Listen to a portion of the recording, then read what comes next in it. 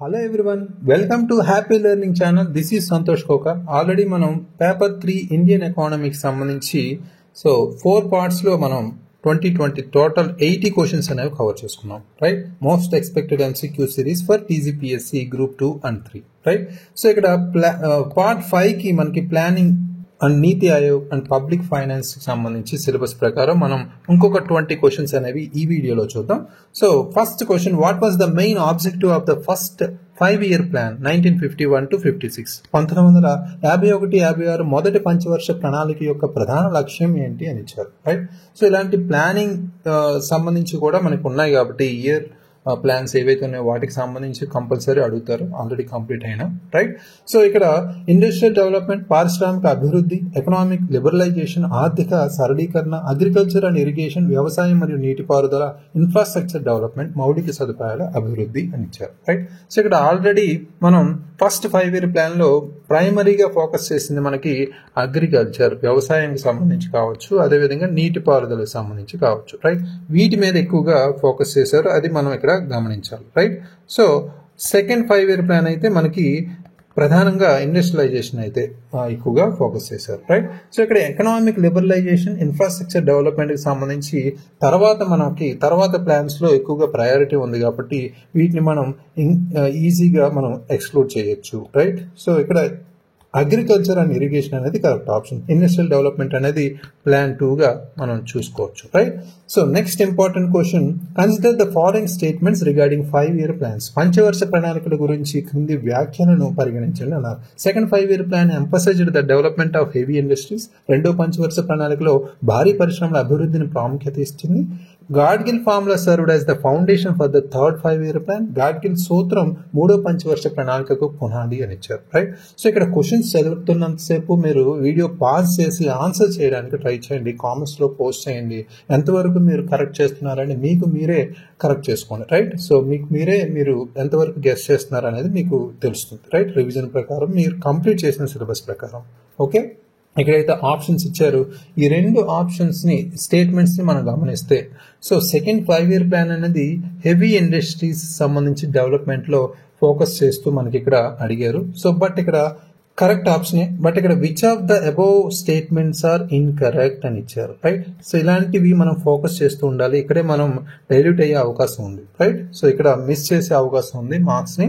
So incorrect అడిగారు కాబట్టి second 5-year plan emphasized the development of heavy industries అనేది correct ఆప్షనే. So the Gadgil formula served as the foundation of the third 5-year plan అని ఇచ్చారు, but ఇక్కడ fourth 5-year plan అనేది మనకి ఇక్కడ కరెక్ట్ ఆన్సర్. అంటే గాడ్గిల్ ఫార్ములా అనేది ఫోర్త్ 5-year ప్లాన్ కి సంబంధించి పునాదిగా మనం ఇక్కడ తీసుకున్నాం. ఫోర్త్ 5-year ప్లాన్ 1969 నుంచి 74 వరకు మనకు ఉంది. రైట్, సో అయితే ఇక్కడ ఫోర్త్ 5-year ప్లాన్ అనేది మేజర్ గా స్టెబిలిటీకి సంబంధించి, గ్రోత్ ఏదైతే ఉందో దానికి సంబంధించి స్థిరత్వం, వృద్ధికి సంబంధించి స్థిరత్వంకి, అదేవిధంగా సెల్ఫ్ రిలయన్స్ ఏదైతే ఉందో అంటే స్వావలంబనకు సంబంధించి ముందుకు తీసుకెళ్లే విధంగా ఫోకస్ చేశారు. మేజర్ గా ఇందులో ఫోకస్ చేసింది డెవలప్మెంట్ ఆఫ్ అగ్రికల్చర్, అదేవిధంగా ఇండస్ట్రీ, దాంతోపాటు ఇన్ఫ్రాస్ట్రక్చర్. రైట్, వ్యవసాయం, పరిశ్రమలు, మౌలిక సదుపాయాలు, ఈ మూడింటి మీద ఫోకస్ చేస్తూ ఫోర్త్ ఇయర్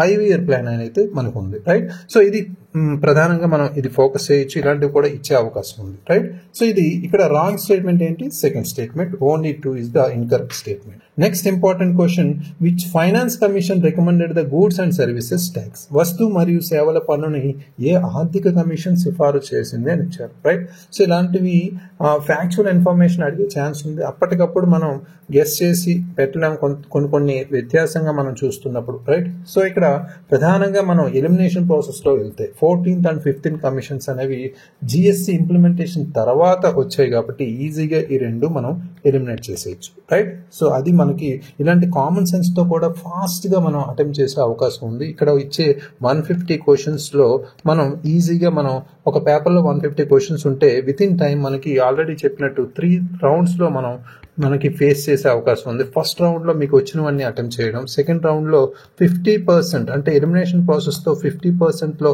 ఆప్షన్స్ తీసుకురావడం, థర్డ్ రౌండ్ లో మీరు ప్రధానంగా గెస్ అనే ఫ్యాక్టర్ని ఎలిమినేషన్ ప్రాసెస్లోనే గెస్ అనే దాన్ని మీరు చేయొచ్చు, రైట్. ఈ 3 రౌండ్స్లో మీరు ప్రధానంగా టైం యూటిలైజ్ చేసుకుంటూ ముందుకెళ్ళాలంటే కంపల్సరీ ఎలిమినేషన్ ప్రాసెస్ అనేది బాగా యూజ్ అవుతుంది, రైట్. సో ఇక్కడ 13th అనేది మనం ఇక్కడ గమనించేస్తే 2009 to 2014 అనేది ఇక్కడ 13th ఫైనాన్స్ కమిషన్ సంబంధించి రికమెండ్ చేసింది ఇంప్లిమెంట్ చేయడానికి జిఎస్టీ అనేది ఇక్కడ మనం గమనించాలి, right.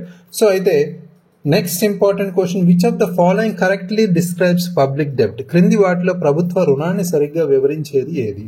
Revenue generated through taxes, పన్నుల ద్వారా వచ్చే ఆదాయం, funds borrowed by the government to meet expenditure, ఖర్చులను తీర్చడానికి ప్రభుత్వం తీసుకున్న రుణాలు, loans given to private entities, private సంస్థలకు ఇచ్చిన రుణాలు, total money available with RBI, reserve bank వద్ద ఉన్న మొత్తం ధనం అని ఇచ్చారు, రైట్. సో ఇక్కడ ఇలాంటి ప్రభుత్వ రుణానికి సంబంధించి ఆల్రెడీ మనకి టాపిక్ లో ఇంక్లూడ్ అయి ఉంది కాబట్టి కంపల్సరీ ఇవి కూడా అడిగే అవకాశం ఉంది. ఇక్కడ ప్రధానంగా గమనిస్తే మనం ఫోకస్ అనేది బారోయింగ్ మీద గమనించాలి. అంటే బారోయింగ్ అనేది ఒక డిఫైనింగ్ క్యారెక్టరిస్టిక్ గా మనం చెప్పుకోవచ్చు పబ్లిక్ డెబ్ట్ కి సంబంధించి, రైట్. సో ఇక్కడ గమనిస్తే పబ్లిక్ డెబ్ట్ అనేది మనం ఇక్కడ అర్థం చేసుకుంటే పబ్లిక్ డెబ్ట్ అనేది బారోయింగ్స్ గా మనం తీసుకోవాలి, రైట్. అప్పులు కింద మనం తీసుకోవాలి, రెవెన్యూ కింద కాదు, రైట్. రెవెన్యూ కాదు లేదా ఆర్బీఐ ఫండ్స్ కి కాదు, రైట్. సో ఫండ్స్ రిలేటెడ్ కాదు. అంటే దీన్ని మనం డెఫినెట్గా డి ఆప్షన్ని ఎలిమినేట్ చేసేయచ్చు. అదేవిధంగా లోన్స్కి సంబంధించి కూడా ప్రైవేట్ సంస్థలకు ఇచ్చిన రుణాలకు సంబంధించి కూడా మనం ఈజీగా ఎలిమినేట్ చేసేయచ్చు, రైట్. సో రెవెన్యూ ఆదాయం అన్నారు, ఇక్కడ ఆదాయం కూడా కాదు, right. Funds borrowed by the government to meet expenditure is the correct answer, right. So next important question, consider the following statements about FRBM act. FRBM చట్టం గురించి క్రింది ప్రకటనలు పరిగణించండి అన్నారు, రైట్. సో ఇక్కడ financial responsibility and budget management అనేది మనకి ఇక్కడ మేజర్గా ఫోకస్ చేస్తూ it AIIMS to fiscal discipline by setting targets for reducing fiscal deficit అన్నారు. ఆర్థిక లోటును తగ్గించడానికి లక్ష్యాలు నిర్దేశించడం ద్వారా ఆర్థిక క్రమశిక్షణ నిర్ధారించడం దీని లక్ష్యం అని ఇచ్చారు, రైట్. సో ఇక్కడ it was introduced in 2003 and suspended during COVID-19 pandemic. ఇది 2003లో ప్రవేశపెట్టబడింది మరియు COVID-19 మహమ్మారి సమయంలో నిలిపివేయబడింది అన్నారు, రైట్. ఇలాంటి ట్రికీ ఆప్షన్స్ కూడా ఇచ్చే అవకాశం ఉంది. ఇక్కడ డెఫిసిట్ టార్గెట్స్ అనేది సెట్ చేసింది ఎఫ్ఆర్బిఎం యాక్ట్ అనేది.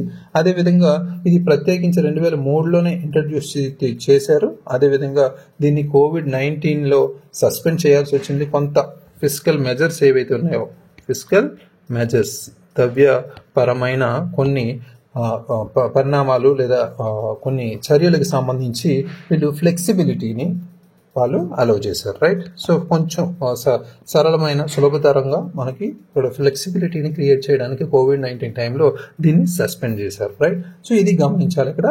సో అయితే ఇది ఫిస్కల్ డిసిప్లిన్ అంటే ఇక్కడ ఆర్థిక లోటును తగ్గించడానికి లక్ష్యాలు నిర్దేశించడం ద్వారా ఆర్థిక క్రమశిక్షణ, రైట్. ఫిస్కల్ డిసిప్లిన్ అనేది ఇక్కడ మేజర్గా ఇంపార్టెంట్ పాయింట్. సో ఇక్కడ only 1 and 2 both 1 and 2 are the correct statements అనేది చెప్పుకోవచ్చు. అంటే ఇక్కడ COVID-19 ఫిస్కల్ అడ్జస్ట్మెంట్స్ అనేవి మీకు కరెక్ట్గా తెలుసుంటే ఈజీగా ఎస్ చేయొచ్చు, right. Both 1 and 2 are the correct options. So next important fact అనేది మనం ఇక్కడ అర్థం చేసుకుంటే, so which of the following is not a source of public revenue in India? ఈ క్రింది వాటిలో భారతదేశంలో ప్రభుత్వ ఆదాయ వనరు కానిది ఏదే అన్నారు, రైట్. సో ఇక్కడ taxes, borrowings, grants, prepayment of loans అని ఇచ్చారు, రైట్. సో ఇక్కడ గమనిస్తే సో ప్రీవియస్ క్వశ్చన్ ఒకసారి గమనించండి, ఇది ఇన్కరెక్ట్ కాదు, కరెక్ట్, రైట్. సో ఇక్కడ 8th క్వశ్చన్ మనం అర్థం చేసుకుంటే not a source of public revenue in India అన్నారు, రైట్. ఈ క్రింది వాటిలో భారతదేశ ప్రభుత్వ ఆదాయ వనరు కానిది ఏది అన్నారు, రైట్. సో ఇక్కడ లోన్ పేమెంట్స్ అనేవి మనం సపరేట్ గా చూస్తే రెవెన్యూ సోర్సెస్ కాదు, ఇవి లయబిలిటీస్ గా మనం తీసుకుంటాం, రైట్. సో ఇక్కడ క్లియర్ కట్ గా మనం ఫోకస్ చేయాల్సింది loan payment, repayment of loan payment, రుణాల తిరిగి చెల్లింపు అనేది లయబిలిటీస్ కింద తీసుకుంటాం. బట్ ఇక్కడ రెవెన్యూ సోర్సెస్ కింద కాదు, రైట్. అది ఇక్కడ గమనించాలి. రెవెన్యూ సోర్సెస్, ట్యాక్సెస్ అనేది మనం ఇక్కడ మాట్లాడుకుంటే పబ్లిక్ రెవెన్యూ అనేది ట్యాక్సెస్, గ్రాంట్స్ కింద వస్తాయి, రైట్. ఇవి మేజర్గా మనం ఫోకస్ చేయాలి, రైట్. సో ఇక్కడ correct option repayment of loans is the correct option, right. Not అన్నాడు కాబట్టి not a source of public revenue. Next important question, consider the following components of the budget యొక్క క్రింది అంశాలను పరిగణించండి. క్యాపిటల్ రిసిప్ట్స్ మూలధన రసీదులు, revenue expenditure ఆదాయ వ్యయం, పబ్లిక్ డెప్ట్ ప్రభుత్వ రుణం, డిస్ఇన్వెస్ట్మెంట్ ప్రొసీడ్స్ పెట్టుబడుల ఉపసంహరణ ఆదాయం అని ఇచ్చారు. రైట్. సో ఇక్కడ 4 ఆప్షన్స్ ఇచ్చారు. ప్రత్యేకించి బడ్జెట్ రిలేటెడ్ లో కొన్ని కాంపనెంట్స్ అన్నారు. Which of these are included in the calculation of fiscal deficit అన్నారు. ఈ క్రింది వాటిలో ఏవి ఆర్థిక లోటును గణనలో భాగంగా ఉన్నాయి అన్నారు. రైట్. సో ఇక్కడ ఈ 4 ఆప్షన్స్ సంబంధించి ఏవి ఫిజికల్ డెఫిసిట్ కి సంబంధించి మనం ఇక్కడ ఆర్థిక లోటు గణనలో మనకి భాగంగా ఉన్నాయనేది చెప్పాలి. అంటే ఫిజికల్ డెఫిసిట్ అనేది మనకి క్యాపిటల్ రిసిప్ట్స్ అనేవి కంపల్సరీ ఉంటాయి. రైట్. సో క్యాపిటల్ రిసిప్ట్స్ అంటే ఇందులో మనకి బారోయింగ్ లోకి వస్తాయి. రైట్. సో బారోయింగ్, అదేవిధంగా పబ్లిక్ డెప్ట్ అనేది కూడా ఇందులో ఉంటుంది. రైట్. సో ఇది కూడా ఉంటుంది. క్యాపిటల్ రిసిప్ట్స్ అంటే మనం ఏమన్నాం, బారోయింగ్స్. రైట్. సో నెక్స్ట్ అదేవిధంగా డిస్ఇన్వెస్ట్మెంట్ ప్రొసీడ్స్ అనేవి కూడా ఇందులో ఇంక్లూడ్ అయి ఉంటాయి. పెట్టుబడుల ఉపసంహరణ ఆదాయం కూడా ఇందులో ప్రత్యేకించి మనం బడ్జెట్కి సంబంధించి మాట్లాడుతాం కాబట్టి దాంట్లో ఉన్న కాంపోనెంట్సే మనకి ఫిజికల్ డెఫిసిట్ని క్యాలిక్యులేట్ చేయడానికి ఇది భాగంగా మనకి పెట్టుబడుల ఉపసంహరణ ఆదాయాన్ని కూడా ఇంక్లూడ్ చేస్తారు. Right. So next revenue expenditure అనేది ఇక్కడ మనం తీసుకుంటే రెవెన్యూ ఎక్స్పెండిచర్ అనేది కరెక్ట్ కాదు. ఎందుకంటే రెవెన్యూ ఎక్స్పెండిచర్ అనేది డెఫిసిట్కి సంబంధించింది కాదు అనేది ఇక్కడ క్లియర్ కట్ గా గమనించాలి. రైట్. సో ఇది మనం ఎలిమినేట్ చేసేస్తే సెకండ్ ఆప్షన్ 1, 3, 4 అనేది కరెక్ట్ ఆన్సర్. రైట్. సో ఇక్కడ రెవెన్యూ ఎక్స్పెండిచర్ సంబంధించి మనం మాట్లాడుకున్నాం, అది ఒక్కటి తెలిస్తే మనకి ఆల్మోస్ట్ 2 అనేది ఆల్మోస్ట్ అన్ని ఆప్షన్లు ఉంది కాబట్టి ఎలిమినేట్ చేసేయచ్చు. Right. Next important question, which of the following 5-year plans is non for it's focus on poverty eradication and employment generation? పేదరిక నిర్మూలన మరియు ఉపాధి సృష్టిపై దృష్టి సారించిన పంచవర్ష ప్రణాళిక ఏది అని ఇచ్చారు. రైట్. సో ఇలాంటి ప్రణాళికలకు సంబంధించి కంపల్సరీ ఫోకస్ చేయండి. 5-year plans సంబంధించి కంపల్సరీ కొన్ని క్వశ్చన్స్ అయితే అడగచ్చు. Right. So first year plan, third year plan, 5th year plan, 7th year plan. So ఇక్కడ 5th year plan ని మనం ఫోకస్ చేస్తే ప్రైమర్లీగా పవర్టీ ఇరాడికేషన్ అనేది పేదరిక నిర్మూలన అనే అదేవిధంగా ఉపాధి సృష్టి అంటే ఎంప్లాయ్మెంట్ జనరేషన్ మీద ఫోకస్ చేస్తూ ఒక మోర్ ఎంఫసిస్ మనది రూరల్ డెవలప్మెంట్ అంటే గ్రామీణ అభివృద్ధి మీద మనకి ఇక్కడ ఫోకస్ చేస్తూ ఈ పర్టికులర్ 5-year plan అనేది ఉంది 1974 నుంచి 79 కాలంలో. రైట్. సో ఇది very very important. Poverty alleviation, దీన్నే గరీబ్ హటావో అనే నినాదం కూడా ఇందులో మనకి కనిపిస్తుంది. అలాంటి క్వశ్చన్స్ స్ట్రైట్ ఫార్వర్డ్ గా ఆల్రెడీ మనం ప్రీవియస్ ఇయర్ క్వశ్చన్స్ చూస్తే మీకు తెలుస్తుంది. రైట్. సో ఇక్కడ ఎలిమినేషన్ ప్రాసెస్ లో మనం గమనిస్తే ఫస్ట్ ఇయర్ ప్లాన్ అనేది అగ్రికల్చర్ మీద వ్యవసాయానికి సంబంధించింది కాబట్టి సో దీన్ని ఈజీగా ఎలిమినేట్ చేసేయచ్చు. నెక్స్ట్ థర్డ్ ఇయర్ ప్లాన్ అనేది సెల్ఫ్ రిలయన్స్ అంటే స్వావలంబన అనేది ఎందులో ఇండస్ట్రియలైజేషన్ అంటే పారిశ్రామికీకరణకు సంబంధించి ఇండస్ట్రియలైజేషన్లో సెల్ఫ్ రిలయన్స్ సంబంధించి మాట్లాడుకునేది థర్డ్ ప్లాన్ కాబట్టి అది కూడా ఈజీగా ఎలిమినేట్ చేసేయచ్చు ప్లాన్స్ రిలేటెడ్గా తెలుస్తాయి. రైట్. 7th ప్లాన్ అనేది ఇన్ఫ్రాస్ట్రక్చర్ డెవలప్మెంట్ మీద ఫోకస్ చేసింది. ఇన్ఫ్రా డెవలప్మెంట్ అంటే మౌలిక సదుపాయాల అభివృద్ధి మీద. రైట్. సో ఇవి మనకి వేరే ఆప్షన్స్ వస్తే మనం ఇలా ఇంటర్లింక్ చేసుకోవచ్చు. Right. So 5th plan is correct answer. Right. Next question, which of the following is a major failure of the planning commission of India? భారత ప్రణాళిక సంఘం యొక్క ప్రధాన వైఫల్యం ఏంటి అని ఇచ్చారు. Inability to set clear targets for growth, అభివృద్ధి కోసం స్పష్టమైన లక్ష్యాలను నిర్దేశించలేకపోవడం, centralized planning without adequate state involvement, తగినంత రాష్ట్ర ప్రమేయం లేకుండా కేంద్ర ప్రణాళిక, ల్యాక్ ఆఫ్ పొలిటికల్ లీడర్షిప్, రాజకీయ నాయకత్వం లేకపోవడం, అబ్సెన్స్ ఆఫ్ ఫినాన్షియల్ డిసిప్లిన్, ఆర్థిక క్రమశిక్షణ లేకపోవడం అనేది ఇక్కడ 4 ఆప్షన్స్ అయితే ఇచ్చారు. ఇందులో మనకి మేజర్ ఫెయిల్యూర్ అన్నారు. రైట్. వెరీ వెరీ ఇంపార్టెంట్ గా మనం కొన్ని మేజర్ ఫీచర్స్, మేజర్ ఆబ్జెక్టివ్స్ ఇలాంటి కీవర్డ్స్ అనేవి మనం పట్టుకోవాలి. రైట్. ఆ ఫ్లోలో మనం ఉంటాం కాబట్టి ఎగ్జామ్ టెన్షన్లో సో కొన్ని failures, negative statements, positive keywords అనేవి మనం అర్థం చేసుకోవాలి. రైట్. అప్పుడు మనం మిస్టేక్స్ చేసే అవకాశం ఉంది. దాన్ని ప్రధాన వైఫల్యం అనేది ఇక్కడ ప్రధానంగా ఇంపార్టెంట్ కీవర్డ్. రైట్. సో ఇక్కడ ముఖ్యంగా అర్థం చేసుకుంటే అప్పుడు centralised planning without adequate state involvement అనేది కరెక్ట్ ఆప్షన్ గా మేజర్ ఫెయిల్యూర్ గా చెప్పుకోవచ్చు. ఎందుకంటే అప్పట్లో మేజర్ క్రిటిసిజం అనేది ప్లానింగ్ కమిషన్ సంబంధించి సెంట్రలైజ్డ్ అప్రోచ్ గా తీసుకెళ్లారు. ఎక్కువగా స్టేట్స్ ని ఇన్వాల్వ్ చేయలేదు ప్లానింగ్ ప్రాసెస్ అనేది ఒక విమర్శ అయితే ఉంది. రైట్. ప్లానింగ్ ప్రాసెస్ లో స్టేట్స్ ని ఇన్వాల్వ్ చేయలేదని విమర్శ అయితే ఉంది. దీన్ని అన్ఈవెన్ డెవలప్మెంట్ అనేది రీజియన్ సంబంధించి అన్ఈవెన్ డెవలప్మెంట్ మనకి అభివృద్ధి అనేది అన్ని రాష్ట్రాలకు సంబంధించి సమానంగా లేదు. అన్ని రీజియన్స్ ప్రాంతాలకు సంబంధించి అనేది దీని ద్వారా మనకు తెలుస్తుంది. దాని ద్వారా మనకి మేజర్ క్రిటిసిజం అయితే ఉంది, రైట్. సో ఇది correct option. Next important question, consider the following objectives of the 5-year plans. ఈ క్రింది పంచవర్ష ప్రణాళిక లక్ష్యాలను పరిగణించండి అన్నారు. Self reliance in key sectors, కీలక రంగాల్లో స్వావలంబన, రెడ్యూసింగ్ ఇన్కమ్ ఇన్ఈక్వాలిటీస్, ఆదాయ అసమానతలను తగ్గించడం, ప్రమోటింగ్ ఫారెన్ డైరెక్ట్ ఇన్వెస్ట్మెంట్, విదేశీ ప్రత్యక్ష పెట్టుబడులను ప్రోత్సహించడం, అచీవింగ్ బ్యాలెన్స్డ్ రీజనల్ డెవలప్మెంట్, సమతుల్య ప్రాంతీయ అభివృద్ధిని సాధించడం. ఇక్కడ 4 ఆప్షన్స్ ఇచ్చారు. పై వాటిలో భారత పంచవర్ష ప్రణాళిక సాధారణ లక్ష్యాలు ఏంటి అన్నారు, right. So very very important. అంటే ఇక్కడ 5-year plans అన్ని ఆబ్జెక్టివ్స్ ఇచ్చారు పైన, బట్ ఇక్కడ ఆ ఆబ్జెక్టివ్స్ సాధారణ లక్ష్యాలు ఏంటి అన్నారు, రైట్. అన్ని 5-year plans సంబంధించి ప్రైమరీ ఆబ్జెక్టివ్స్ ఏంటి అన్నారు, రైట్. ఇక్కడ మేజర్గా మనకి ప్రత్యేకించి మనం ఫోకస్ చేస్తే ఈ పర్టికులర్ పాయింట్లో మనకి ప్రమోటింగ్ ఫారెన్ డైరెక్ట్ ఇన్వెస్ట్మెంట్, విదేశీ ప్రత్యక్ష పెట్టుబడులను ప్రోత్సహించడం అనేది ప్రైమరీ అనేది కాదు అనేది క్లియర్ కట్గా మనం కామన్ సెన్స్తో పట్టుకోవచ్చు. స్టేట్మెంట్స్ని మనం 1 by 1 అబ్జర్వ్ చేస్తే, రైట్. సో ఇక్కడ సెల్ఫ్ రిలయన్స్ అనేది ప్రతి దాంట్లో మనం స్వావలంబనకు సంబంధించి మనం తీసుకొచ్చాం 5-year plan నుంచి, రైట్. సో తర్వాత మనకి రెడ్యూసింగ్ ఇంకా ఇన్ఈక్వాలిటీస్ అనేది కూడా మనకి ఫోకస్ పాయింట్. ఇంకా ఈక్విటీ, రీజనల్ ఈక్విటీ ప్రధానంగా మనం మాట్లాడుకుంటే, రైట్. సో ఇది కూడా మనకి క్లియర్ కట్గా చెప్పొచ్చు ఓకే అని. సెల్ఫ్ రిలయన్స్ అనేది, అదేవిధంగా అచీవ్డ్ బ్యాలెన్స్డ్ రీజనల్ డెవలప్మెంట్ అనేది కూడా, సమతుల్య ప్రాంతీయ అభివృద్ధిని సాధించడం కూడా ఒక ఇంపార్టెంట్ ఆబ్జెక్టివ్, సాధారణ లక్ష్యాలుగా చెప్పుకోవచ్చు, రైట్. సో ఇక్కడ 1, 2 and 4 are the correct options అనేది ఇక్కడ చెప్పొచ్చు. ఏ ఆప్షన్ క్లియర్ కట్గా ఫోకస్ చేయండి. Next important question, which concept of deficit is included in the union budget of India. భారత కేంద్ర బడ్జెట్లో లోటు యొక్క ఏ భావన చేర్చబడింది అన్నారు. ఇక్కడ ఫిస్కల్ డెఫిసిట్ ద్రవ్య లోటు, ప్రైమరీ డెఫిసిట్ ప్రాథమిక లోటు, రెవెన్యూ డెఫిసిట్ ఆదాయ లోటు, ఆల్ ఆఫ్ ది అబౌవ్ 5 అని ఇచ్చారు, రైట్. మన బడ్జెట్లో, యూనియన్ బడ్జెట్లో ప్రత్యేకించి ఈ డెఫిసిట్కి సంబంధించి ఏ లోటు మనకి ఇంక్లూడ్ చేయబడింది అని ఇచ్చారు, right. Very very important question. అంటే ఇది కూడా స్టాటిక్ క్వశ్చనే, కొంత కన్ఫ్యూజ్ చేసే అవకాశం ఉంది. ఇక్కడ యూనియన్ బడ్జెట్ అనేది మనకి 3 డెఫిసిట్స్తో ఇంక్లూడ్ అయి ఉంటుంది. అందులో ఫిస్కల్ డెఫిసిట్ ఒకటి, ఇది మనకి టోటల్ బారోయింగ్స్ అనేవి మనకి ఏవైతే ఉన్నాయో బారోయింగ్స్ సంబంధించి మనం ఇక్కడ మాట్లాడుకోవచ్చు, రైట్. సో బారోయింగ్ రిక్వైర్మెంట్స్ని మనం ఇక్కడ లింక్ చేసుకోవచ్చు, రైట్. ప్రైమరీ డెఫిసిట్ కూడా ఉంది. Difference between fiscal deficit, primary deficit అంటే ఏంటి, fiscal deficit and interest payments, right. Interest payments అనేవి వాటికి, అదేవిధంగా ఫిస్కల్ డెఫిసిట్కి డిఫరెన్స్ ఏదైతే ఉందో దాన్ని ప్రైమరీ డెఫిసిట్ అంటాం.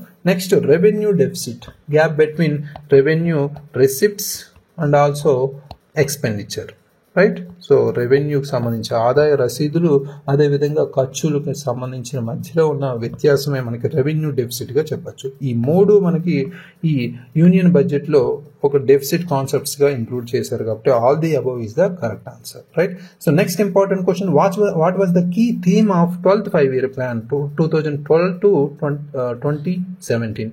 12 5 ప్రణాళిక, పంచవర్ష ప్రణాళిక యొక్క ముఖ్య అంశం ఏంటి అన్నారు. ఇండస్ట్రియలైజేషన్, పారిశ్రామికీకరణ, పవర్టీ ఇరాడికేషన్, పేదరిక నిర్మూలన, రూరల్ డెవలప్మెంట్, గ్రామీణ ఉపాధి, faster and more inclusive growth, వేగవంతమైన మరియు సమ్మిళిత వృద్ధి అన్నారు, రైట్. సో ఇక్కడ క్లియర్ కట్గా మీకు అన్ని 5-year plan మోర్ ఫోకస్డ్గా ఇంపార్టెంట్ ఫోకస్ ఆబ్జెక్టివ్స్ అనేవి తెలిస్తే ఈజీగా ఎలిమినేట్ చేయొచ్చు. ఫస్ట్ 5-year plan మనకి పంచవర్ష ప్రణాళిక, మొదటి పంచవర్ష ప్రణాళిక వ్యవసాయం మీద పెట్టిందనేది తెలుసు, తర్వాత పారిశ్రామికీకరణ అనేది తెలుసు.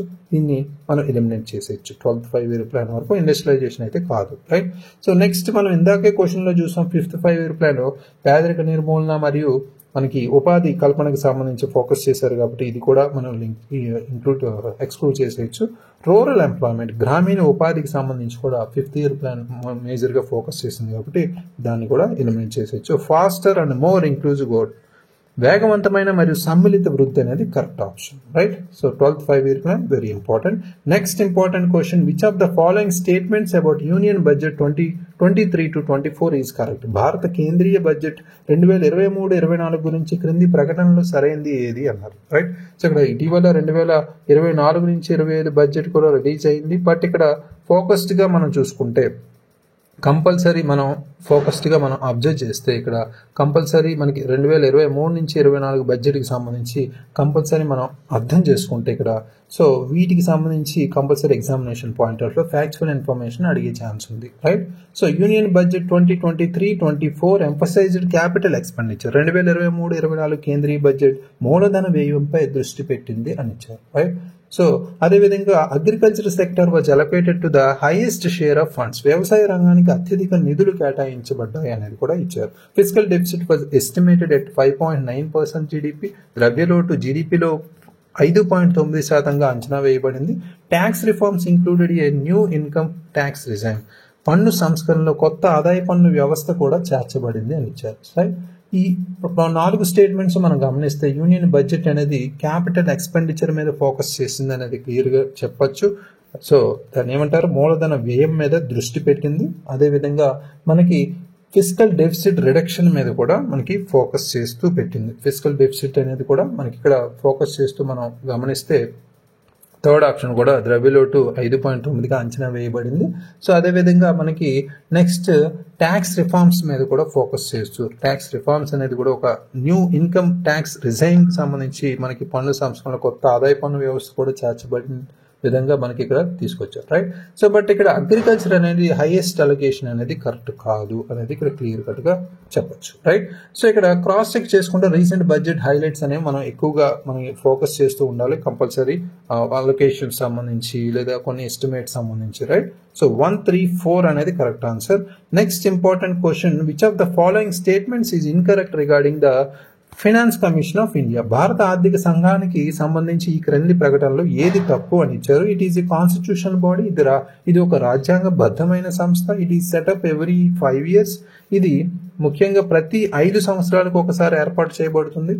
It recommends the distribution of financial resources between the centre and states, ఇది కేంద్రం మరియు రాష్ట్రాల మధ్య ఆర్థిక వనరుల పంపిణీని సిఫార్సు చేస్తుంది. It can give recommendations on the allocation of sources to local bodies, ఇది స్థానిక సంస్థలకు వనరుల కేటాయింపుపై సిఫార్సు ఇవ్వగలదు అని ఇచ్చారు, రైట్. సో ఇక్కడ ఆర్టికల్ 280కి సంబంధించి మనకున్న ఈ ఫినాన్స్ కమిషన్ సంబంధించి చాలా ఇంపార్టెంట్, రైట్. దానికి సంబంధించి కంపల్సరీ స్టాటిక్ క్వశ్చన్స్ అడుగుతారు, అందులో భాగంగానే ఇది తీసుకుంటున్నాం, రైట్. సో ఇక్కడ ఇన్కరెక్ట్ స్టేట్మెంట్ అడిగారు, రైట్. దాన్ని ప్రధానంగా మనం అబ్జర్వ్ చేయాలి. ఫైనాన్స్ కమిషన్ అనేది మెయిన్ గా మనకి డిస్ట్రిబ్యూషన్ ఆఫ్ ఫైనాన్స్ రిసోర్సెస్ పెట్టిన సెంటర్ అండ్ స్టేట్స్ కి సంబంధించి ఫోకస్ చేస్తుంది, రైట్. అది కరెక్ట్ ఆప్షన్ ఇక్కడ. అదేవిధంగా ఇది ప్రత్యేకించి 4th ఆప్షన్ చూస్తే ప్రధానంగా మనకి డైరెక్ట్ గా ఈ లోకల్ బాడీస్ కి డీల్ చేయదు, handle by the finance commissions at the state level అనేది ఇక్కడ గమనించాలి. ఇక్కడ ఫైనాన్స్ కమిషన్ ఆఫ్ ఇండియా అనేది ఇక్కడ ఇచ్చారు కాబట్టి లోకల్ బాడీస్ సంబంధించి ఫైనాన్స్ కమిషన్ ఆఫ్ స్టేట్స్ సంబంధించి మనకి ఇక్కడ డీల్ చేస్తాయి, డైరెక్ట్ గా కాదు, రైట్. డైరెక్ట్ గా మనకి FCI అయితే పనిచేయదు అనేది ఇక్కడ గమనించాలి, right. So it is handle by state finance commissions, ఇది క్లియర్ కట్ గా మనం డైల్యూట్ చేసేయచ్చు ఇక్కడ. So it is a constitutional body, ఇది రాజ్యాంగబద్ధమైన సంస్థ అనేది తెలుసు. ఇట్ ఈస్ సెటప్ 5 years కూడా అందరికీ తెలిసిందే, రైట్. సో ఇక్కడ ఫైనాన్స్ కమిషన్ అనేది కాన్స్టిట్యూషనల్ బాడీయే, అదేవిధంగా 5 years ఒకసారి ఫైనాన్స్ కమిషన్ ని తీసుకొస్తారు, రైట్. సో ఏర్పాటు చేస్తారు. సో డి అనేది ఇన్కరెక్ట్ ఆప్షన్ అడిగారు కాబట్టి correct option, right. Next, which of the following is considered A revenue expenditure, క్రింది వాటిలో ఆదాయ వ్యయంగా పరిగణించబడుతుంది ఏది? సాలరీస్ ఆఫ్ గవర్నమెంట్ ఎంప్లాయీస్, ప్రభుత్వ ఉద్యోగుల జీతాలు, కన్స్ట్రక్షన్ ఆఫ్ హైవేస్, రహదారుల నిర్మాణం, loans given to state governments, రాష్ట్ర ప్రభుత్వాలకు ఇచ్చిన రుణాలు, పర్చేజ్ ఆఫ్ డిఫెన్స్ ఎక్విప్మెంట్, రక్షణ పరికరాల కొనుగోలు. సో ఇలాంటి క్వశ్చన్స్ కూడా అడిగే అవకాశం ఉంది. ప్రత్యేకించి ఇక్కడ రెవెన్యూ లోటు, ఆదాయ వ్యయంగా పరిగణించబడే అంశాలు ఏంటి అని ఇచ్చారు కాబట్టి ఇక్కడ ముఖ్యంగా మనం ఫోకస్ చేయాల్సింది మనం కాన్సెప్ట్ అంటే రెవెన్యూ ఎక్స్పెండిచర్లో ఏమున్నాయి. ముఖ్యంగా రికరింగ్ ఎక్స్పెన్సెస్ అనేవి ఉంటాయి, అంటే శాలరీస్ అని ఉంటాయి కానీ recurring expenses, capital intensive projects అనేవి ఉండవు, అది గమనించాలి ఇక్కడ, రైట్. సో అంటే ఇక్కడ ఎలిమినేషన్ చేసేయచ్చు, capital or one time expenditures ఏవైతే ఉన్నాయో వాటిని మనం ఈజీగా ఎలిమినేట్ చేసేయచ్చు, రైట్. సో ఇక్కడ which of the following is consider here revenue expenditure అన్నారు కాబట్టి శాలరీస్ పరంగా మనం మాట్లాడుకుంటే salaries of government employees is the correct option, right. So very very important question. So ఇక్కడ capital or one time expenditures ఏవైతే ఉన్నాయో వాటిని ఎలిమినేట్ చేసేయచ్చు, రైట్. సో ఇవి మనకి, right. So first answer is revenue expenditure related. Next important, which of the following are objectives of Niti Aayog? ఈ క్రింది వాటిలో నీతి ఆయోగ్ యొక్క లక్ష్యాలు ఏంటి అని ఇచ్చారు. టు ఫాస్టర్ కోఆపరేటివ్ ఫెడరలిజం, సహకార సమాఖ్యను ప్రోత్సహించడం. టు ప్రమోట్ సస్టైనబుల్ డెవలప్మెంట్, సుస్థిరమైన అభివృద్ధిని ప్రోత్సహించడం. టు కంట్రోల్ ఇన్ఫ్లేషన్, ద్రవ్యోల్బణాన్ని నియంత్రించడం. To encourage private sector involvement in infrastructure development, మౌలిక సదుపాయాల అభివృద్ధిలో ప్రైవేట్ రంగ భాగస్వామ్యాన్ని ప్రోత్సహించడం అనేది 4 ఆప్షన్స్ ఇచ్చారు. సరైన సమాధానాన్ని ఇక్కడ ఎంచుకోవాలి. రైట్. సో ఇక్కడ ఇలాంటి 3-4 స్టేట్మెంట్స్ అనేవి క్లియర్ కట్గా ఇస్తారు. ఈ రోజు జరిగిన గ్రూప్ 3 పేపర్లో కూడా చాలా వరకు మనకి గమనిస్తే 3-4 స్టేట్మెంట్స్ ఇచ్చారు. Right. So direct questions expect చేయకండి, అవి కొన్నే ఇస్తారు. రైట్.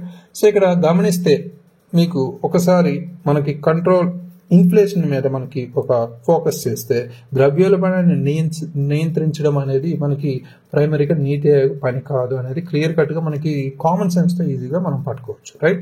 సో ఇది ఆర్బీఐ కంట్రోల్లో రెస్పాన్సిబిలిటీ కాబట్టి దీన్ని మనం ఎలిమినేట్ చేసేయచ్చు. రైట్. సో ఇక్కడ థర్డ్ని ఎలిమినేట్ చేస్తే మనం ఆల్మోస్ట్ 2 ఆప్షన్స్ మనం ఎలిమినేట్ చేసేయచ్చు. Right. So foster cooperative federalism, మనకి నీతి ఆయోగ్ అంటే థింక్ ట్యాంక్ అని, కోఆపరేటివ్ ఫెడరలిజం అని, సమాఖ్య అనేది చాలా ఇంపార్టెంట్ ఇక్కడ. రైట్. సో ఇన్నోవేషన్ అని, ఇవన్నీ మనం మాట్లాడతాం కాబట్టి correct statement. To promote sustainable development, ఇది కూడా సుస్థిర అభివృద్ధిని ప్రోత్సహించే విధంగా ఎస్టీజీ గోల్స్ కూడా మనకి ఎస్టీజీ ఇండెక్స్ అనే గోల్స్ కూడా స్టేట్ లెవెల్లో మనకి కండక్ట్ చేస్తుంది నీతి ఆయోగ్, ఇది కూడా very important. So next, to encourage private sector involvement in infrastructure development, అంటే ప్రైవేట్ సెక్టర్ ఇన్వాల్వ్మెంట్ పార్టిసిపేషన్ మనకి ఎంకరేజ్ చేస్తుంది, ఇది ముందుకు తీసుకెళ్తుంది, అవి కూడా కోర్ ఆబ్జెక్టివ్లో ఒక పరంగా చెప్పుకోవచ్చు. రైట్. సో ఇది కూడా correct answer. 1-4 are the correct answers. Next important question, what is the difference between fiscal deficit and revenue deficit? ఆర్థిక లోటు మరియు ఆదాయ లోటు మధ్య తేడా ఏంటి అన్నారు. Fiscal deficit includes borrowings while revenue deficit does not. ద్రవ్య లోటులో రుణాలు ఉంటాయి, అయితే ఆదాయ లోట్లు ఉండవు అని ఇచ్చారు. రైట్. సో ఇక్కడ గమనించాలి. సో ముఖ్యంగా ఇలాంటి 4 ఆప్షన్స్ కన్ఫ్యూజ్ చేసే విధంగా అడిగే ఛాన్స్ ఉంది. మన స్టాటిక్ కాన్సెప్ట్ అందరికి వచ్చిన, సో ఈ 4 స్టేట్మెంట్స్ కొంత కన్ఫ్యూజ్ చేసే అవకాశం, ఇలా స్టాటిక్ పార్ట్ బేసిక్ కాన్సెప్ట్స్ రిలేటెడ్గా అడిగే అవకాశం ఉంది. రైట్. సో ఇక్కడ ఫిజికల్ డెఫిసిట్ అనేది బ్రాడర్గా ఉంటుంది, అన్ని ఎక్స్పెండిచర్స్ ఏవైతే ఉన్నాయో కవర్ చేస్తూ ఉంటుంది. అందులో మనకి ముఖ్యంగా మాట్లాడుకుంటే సో టోటల్ ఎక్స్పెండిచర్స్ అనేవి కవర్ చేస్తుంది అనేది ఇక్కడ చెప్పొచ్చు. Right. So next, physical deficit is the short fall in revenue receipts while revenue deficit accounts for total receipts అన్నమాట. ద్రవ్య లోటు ఆదాయ రసీదుల్లో లోటును సూచిస్తుంది, అయితే ఆదాయ లోటు మొత్తం రసీదులను పరిగణలోకి తీసుకుంటుంది అన్నారు. Fiscal deficit excludes capital expenditure while revenue deficit includes it. ద్రవ్య లోటు మూలధన వ్యయాన్ని మినహాయిస్తుంది, అయితే ఆదాయ లోటు దాన్ని చేర్చుతుంది అన్నారు. Fiscal deficit includes total expenditure, while revenue deficit focuses on current expenditure. So ఇక్కడ ఆదాయ అదేవిధంగా ద్రవ్య, ఫిజికల్ డెఫిసిట్ అనేది ఫోకస్ ఆన్ టోటల్ ఎక్స్పెండిచర్, అంటే మొత్తం ఖర్చు మీద మనకి ఇంక్లూడ్ చేసుకుంటూ ఈ ఫిజికల్ డెఫిసిట్ అనేది ఉంటుంది. ఇక్కడ రెవెన్యూ డెఫిసిట్ అనేది మనం ఆల్ ఎక్స్పెండిచర్స్ అంటే ఫిజికల్ డెఫిసిట్ అనేది బ్రాడర్గా ఉంటుంది అనేది ఇక్కడ ఫోకస్ చేస్తే గుర్తుంటుంది, covering all expenditure, while revenue deficit limited to current account transactions అనేది ఇక్కడ గమనించాలి. రైట్. కరెక్ట్ స్టేట్మెంట్ అనేది డి ఆప్షన్ గా మనం చెప్పుకోవచ్చు. Next important question, which of the following is a correct statement about public డెబ్ట్ మేనేజ్మెంట్ ఆఫ్ ఇండియా? భారతదేశ ప్రభుత్వ రుణ నిర్వహణ గురించి క్రింది వాటిలో ఏది సరైన ప్రకటన అన్నారు. సో సరికాని సరైన ఇవి కొంచెం జాగ్రత్తగా చూసుకోవాలి. ఇక్కడ పాజిటివ్ గానే అడిగారు. It is manage solely by the Reserve Bank of India. ఇది పూర్తిగా భారతీయ రిజర్వ్ బ్యాంక్ ద్వారా నిర్వహించబడుతుంది. So solely or only, alone, ఇలాంటి స్టేట్మెంట్స్ అనేవి మనకి కొంత నెగిటివ్ టచ్ లో ఉంటాయి కాబట్టి దాన్ని ఎలిమినేషన్ ప్రాసెస్ లో మనం కట్ చేయొచ్చు. It is joint responsibility of the ministry of finance and RBI. ఇది ఆర్థిక మంత్రిత్వ శాఖ మరియు ఆర్బీఐ యొక్క సంయుక్త బాధ్యత అన్నారు. ద పబ్లిక్ డెబ్ట్ is only external and not internal. ప్రభుత్వ ప్రజా రుణం కేవలం బాహ్యమైనది మాత్రమే, అంతర్గతమైనది కాదు అన్నారు. అదేవిధంగా పబ్లిక్ డెబ్ట్ is not A concern for India's physical health. భారతదేశ ఆర్థిక ఆరోగ్యానికి ప్రభుత్వ రుణం ఆందోళన కలిగించే అంశం కాదు అన్నారు. ఇక్కడ గమనిస్తే పబ్లిక్ డెబ్ట్ మేనేజ్మెంట్కి సంబంధించి జాయింట్ రెస్పాన్సిబిలిటీగా ministry of finance and RBI తీసుకుంటారు, కానీ మనకి ఓన్లీ ఆర్బీఐ కాదు. దీని స్టేట్మెంట్ ఎలిమినేట్ చేసేయచ్చు. ఇది correct option, right. So next third statements కూడా మనం తీసుకుంటే ఇక్కడ పబ్లిక్ డెప్ట్ అనేది ఇంటర్నల్ అండ్ ఎక్స్టర్నల్ రెండు కలిపి ఉంటాయి కానీ ఓన్లీ ఎక్స్టర్నల్ అనేది ఉండదు, అది కూడా గమనించాలి, రైట్. సో అదేవిధంగా ఆ పబ్లిక్ డెప్ట్ అనేది క్రిటికల్గా మనం తీసుకుంటే ఫిజికల్ హెల్త్కి సంబంధించి అదొక ఇంపార్టెంట్ కన్సర్న్. ఇది పబ్లిక్ డెప్ట్ అనేది ఎక్కువ ఉంటే మనకి ఫిజికల్ హెల్త్ అనేది ప్రాపర్గా ఉండదు, రైట్. ఇది కూడా ఎలిమినేట్ చేసేయచ్చు. కరెక్ట్ ఆప్షన్ అనేది మనం గమనిస్తే B option is the correct option, right.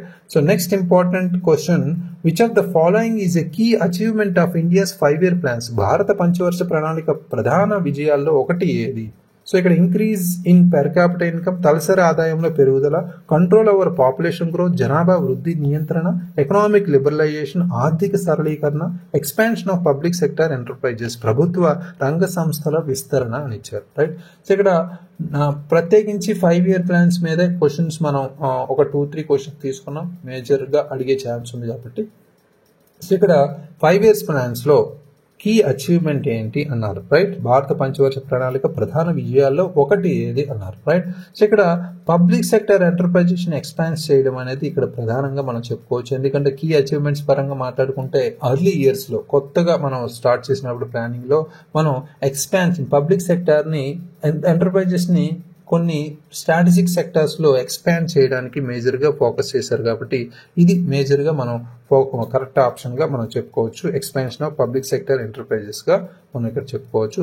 అప్పటికి సమయంలో మనకి తలసరి ఆదాయాల పెరుగుదల కానీ, జనాభా వృద్ధి నియంత్రణకు సంబంధించి, ఆర్థిక సరళీకరణకు సంబంధించి అంత ప్రైమరీ ఫోకస్ అయితే పెట్టుకోవాలి, రైట్. సో ఇక్కడ కీ అచీవ్మెంట్స్ అనేది మనం మాట్లాడుకుంటే అచీవ్మెంట్ సాధించింది అని మనం చూసుకుంటే సో ఇక్కడ క్లియర్ కట్గా పబ్లిక్ సెక్టర్ ఎంటర్ప్రైజెస్ సంబంధించి చెప్పుకోవచ్చు. ఎందుకంటే మేజర్గా ఇది ప్రధానంగా చూసుకుంటే ఒక షార్ట్ టర్మ్గా మనం గోల్గా పెట్టుకున్నాం కాబట్టి కంప్లీట్ చేస్తాం. అయితే రిమైనింగ్ మనకి ఏబిసి అంటే పెర్ క్యాపిటల్ ఇన్కమ్ కానీ, పాపులేషన్ గ్రోత్ని కంట్రోల్ చేయడం కానీ, ఆర్థిక సరళీకరణ కానీ ఇవన్నీ లాంగ్ టర్మ్ అవుట్కమ్స్ కాబట్టి వీటిని మనం సాధించాలని ఇప్పటికీ మనం కొంత పోరాడుతున్నాం, రైట్. సో ఇక్కడ ఇమీడియట్ అచీవ్మెంట్స్ అనేవి కాదు కాబట్టి ఇక్కడ మేజర్గా వీటికి టైం పడుతుంది. అంటే మనం పర్టికులర్గా ఎర్లీ ఇయర్స్లో మనకి పబ్లిక్ సెక్టర్ ఎంటర్ప్రైజెస్ని కొన్ని సెక్టార్స్లో మనం తీసుకురావడం విజయం అయితే సాధించాం అనేది చెప్పుకోవచ్చు, రైట్.